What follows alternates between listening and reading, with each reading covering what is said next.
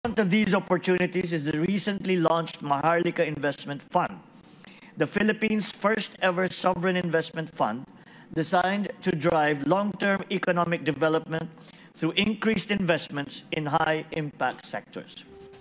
Ilang oras pa lang matapos lumapag sa Saudi Arabia, agad sumabak si Pangulong Marcos at ang kanyang economic managers sa presentation ng Maharlika Investment Fund. Kanila itong ipinagmalaki kay Saudi Investment Minister Khalid Al Falih, kasama ang mga negosyante ng malalaking kumpanya sa kaharian. Bukod sa paghikayat sa mga Saudi investors na mamuhunan sa iba't ibang sektor sa Pilipinas, malaki rin daw ang balik sa kanila pag sila'y nag-invest sa Maharlika Fund. Ladies and gentlemen, the Philippines is open for business and I invite you to partner with us. Sabi naman ni Finance Secretary Ben Diokno, siguradong ligtas at mapupunta sa tama ang kanilang investment sa Maharlika Fund. Sinabi niyang dadaan sa maraming audit ang bawat transaksyon at alinsunod sa international standards ang financial reporting nito. Safeguarding the fund and your investments is a top priority.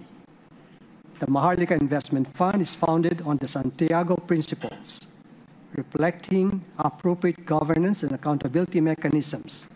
Bago lumipad ang Pangulo, sinabi niya sa kanyang talumpati na dapat pang pagbutihin ang organizational structure ng korporasyong hahawak sa pondo. Ito'y upang matiyak din ang transparency at accountability nito. Kung kaya't aminado rin ang delegasyon na may mga matututunan pa sila sa Saudi Arabia mismo, partikular sa paghawak ng Sovereign Wealth Fund. Ang Public Investment Fund ng Saudi na isa sa pinakamalaki sa buong mundo ay isang paraan ng kaharian para kumita pa ang kanilang gobyerno. Ano naman kaya ang tugon ng Saudi Investment Minister sa pagbebenta ng Pilipinas sa Maharlika Investment Fund?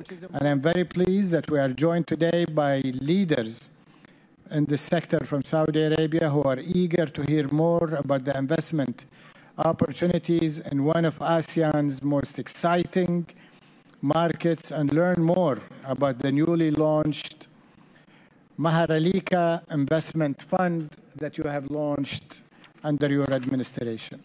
Bagamat di pa masabi kung may plano nga bang tumaya ang Saudi sa Maharlika Fund, inihayag ng palasyo na mag-uuwi naman daw ng $4.26 billion o higit 240 bilyong pisong investment deals ang Pilipinas mula sa mga kumpanyang Saudi, partikular sa sektor ng paggawa, petrolyo at engineering.